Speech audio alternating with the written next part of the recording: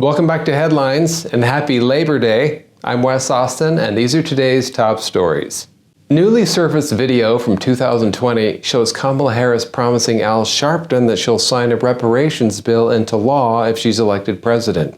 I know, the video with Sharpton and Kamala together, how could this day get any better? It's like a political version of When Harry Met Sally, except for nobody's faking anything. The video has resurfaced in the context of Democrats in California shelving two reparations bills. First, here's the clip where Sharpton asks Kamala if she'll sign a reparations bill. Would you sign that bill if it came across your desk? When I am elected president, I will sign that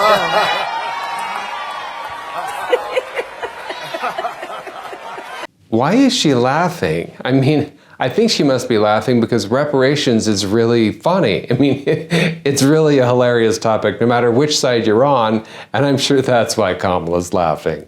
Meanwhile, over the weekend, a pair of reparations-related bills failed to pass in the California legislature, which resulted in black activists in the California Assembly threatening a direct impact on Kamala Harris's presidential campaign. Democratic leadership said that the bills didn't move forward out of fear that Governor Gavin Newsom would veto them. That's right. Progressives have moved on. Reparations are so last year. Haven't you heard? Illegal immigrants are the trend now. It's like they found a new toy and tossed the old one in the charity bin, except for this toy doesn't even speak English. The ongoing feud between former President Donald Trump and Rosie O'Donnell flared up again over the weekend when Rosie promoted a conspiracy theory suggesting that it wasn't a bullet that hit Trump's ear. I don't know what happened that day, but I don't think it was a bullet that hit him. I don't. I think it was maybe a fragment of something or without a scar to be seen, yet blood all over it. Rosie's expertise in forensic science is only matched by her expertise in, well, nothing else. If only we had a video of the event as it happened live on national TV. People like Rosie wouldn't suggest such crazy conspiracy theories. I mean, if there were cameras around, we might even have a picture of the bullet. And if we had an actual picture of the bullet whizzing by, taken by a photographer from the New York Times, no one, no matter how insane, would say that Trump wasn't struck by a bullet. Despite Rosie's claims, the FBI confirmed in late July that Trump's ear was indeed struck by a bullet. They said, "There is absolutely no doubt in the FBI's mind whether former President Trump was hit with a bullet and wounded in the ear. No doubt, there never has been." If even the FBI, with all their history with Trump, is admitting it was a bullet, it was a bullet.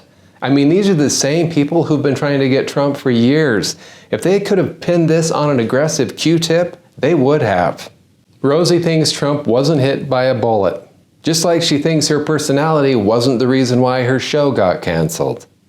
George Clooney praised President Biden for dropping out of the 2024 race, saying it is the most selfless thing that anyone's done since George Washington. The person who should be applauded is the president who did the most selfless thing that anybody's done since George Washington. Biden's like Washington? Sure, they've both been around since the 18th century and could use a nap. Anybody, all the machinations that got us there, that's all, none of that's going to be remembered. Well, some of the machinations pushing Biden out might be remembered, like the famous New York Times op-ed written by a huge celebrity that said that Biden had completely lost his marbles. I think we'll remember that, George.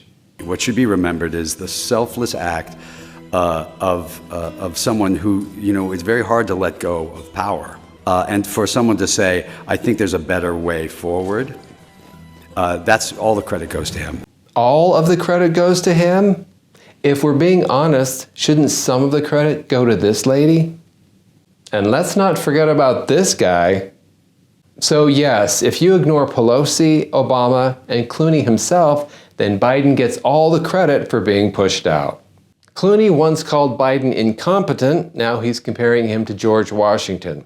That's like saying, "This car has no brakes, we're all gonna die," to, "I can't recommend this car enough. I wish I had one just like it." Nancy Pelosi said the quiet part out loud. She appeared to say she wants to grant citizenship to illegal migrants during a recent interview with Bill Maher. Another day, another right-wing conspiracy theory comes true. They were discussing California's AB 1840, a bill that would provide up to $150,000 in cash assistance to illegal migrants to buy homes. So if free citizenship couldn't get you to sneak across the border, how about 150 grand? Mar asked her if she supported the California bill. Well, I'm not familiar with exactly what it is, but making the American dream of home ownership available to all people. This is undocumented. This is for the undocumented. Well, what I would like to do is move them to documented. The fact that we can move them to documented. When Pelosi says she wants to move undocumented migrants to documented status, I don't know what else she can mean other than giving them citizenship. Now, why would they want to let millions of people in illegally and then make them citizens? It's not election interference if you call it voter outreach, even if that outreach happens to include Venezuela. The Democrats' new campaign slogan, vote for us, or we'll just import people who will. Thanks for watching Headlines. I'm Wes Austin. Good night.